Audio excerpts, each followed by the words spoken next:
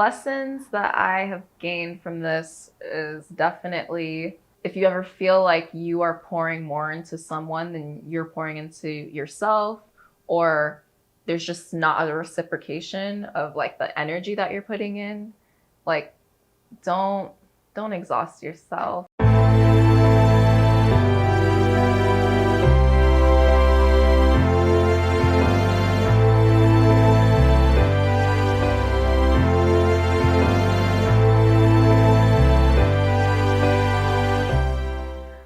We met in college, like my freshman year, and we were like in a dorm. There was it's like one of those dorm parties, and that was my first time seeing him. I was like, he's cute. And then afterwards, I just kind of told one of my friends, like one of our mutual friends, that I was interested in him. And some of my mutual friends started dating, which was like his dorm roommate. So then we would just like hang out in our dorm lobby and just like talk, and we started dating the beginning of college. He was really funny. He was kind of like the life of the party, always just like telling jokes.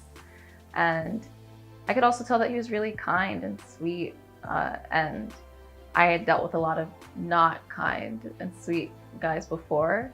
So that was something that really drew me in. I wanted someone that would be kind and would make me laugh. And that's definitely what I had in that relationship for a while. I think because I had been in so many bad situations, and this is the beginning of college, so we're obviously both really young. But in my mind, I was an adult and I wanted an adult relationship. And I think he wasn't in a space where he was ready for an adult relationship. And he kind of told me that in the beginning. And I was kind of stubborn and not wanting to hear that. So I feel like in a lot of ways, what I wanted for a mature relationship, he wasn't ready for. And it really was like cute and sweet and fun. But when it came to making and taking steps to be serious, I don't think he ever took that initiative. And then the relationship just went on for a very long time, but nothing serious looked like was gonna happen. There was just an attachment, an unhealthy attachment. Okay. And I think just having this person that knew me at this place in my life, and like for both of us, like we knew each other when we were literally kids starting off school. And that was just kind of, while so many factors were changing, I'm moving, I'm like deciding what I want to do with my life. This one like factor that's not changing is this relationship that I'm holding on to. And we're both evolving in different ways.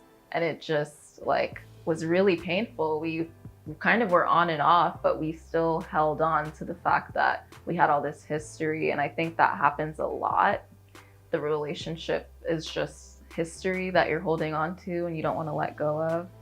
So there was definitely red flags. There's definitely like, this needs to be the end. But it was just that familiar feeling and that like comfortable feeling that was sort of addicting and kind of hard to let go.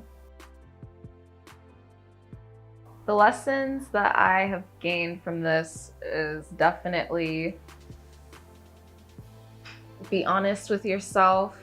If you recognize things that you don't like, that are like hard no's for you, you have to walk away.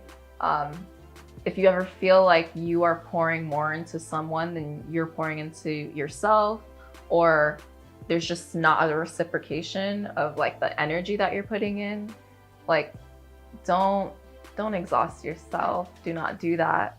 I realize that I'm a very devoted partner. I focus, I like want to pour as much love in as possible. And if you do that for everyone, you will be empty. So you need to be very selective in the kind of love that you're pouring out. If I could go back, I wouldn't change anything. Like, I needed these lessons.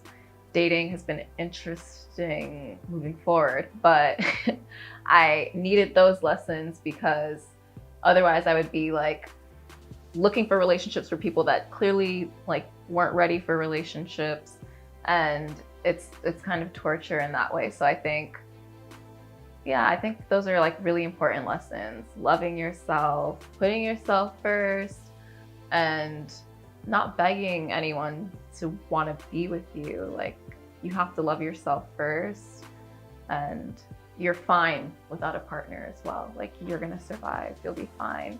You can find that comfort in yourself.